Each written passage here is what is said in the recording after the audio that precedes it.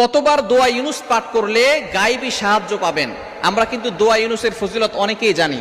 দোয়া ইউনুস এমন একটি দোয়া, যেই দোয়া পড়ে হযরত ইউনুস আলাইহিস সালাম কঠিন বিপদ থেকে মুক্তি পেয়েছিলেন। এই দোয়াটি পবিত্র কোরআনুল কারীমের ভিতরে রয়েছে। 17 নম্বর পারার 8 নম্বর পৃষ্ঠার 9-10 নম্বর লাইন, সূরা আম্বিয়ার 87 নম্বর আয়াতে খুবই চমৎকার একটি দোয়া।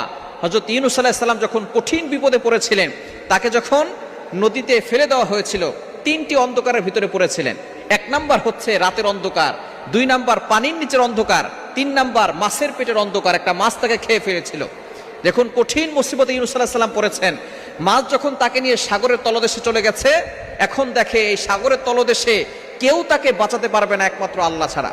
হযরত ইউনুস আলাইহিস সালাম কঠিন বিপদে পড়ে গেলেন, 3টি অন্ধকারের ভিতরে পড়লেন, আর মনে মনে চিন্তা করলেন এই বিপদ থেকে আমার মা বাবা আমাকে রক্ষা করতে পারবে না, আমার ভাই, আমার আত্মীয় স্বজন, আমার গোত্রের লোকেরা আমাকে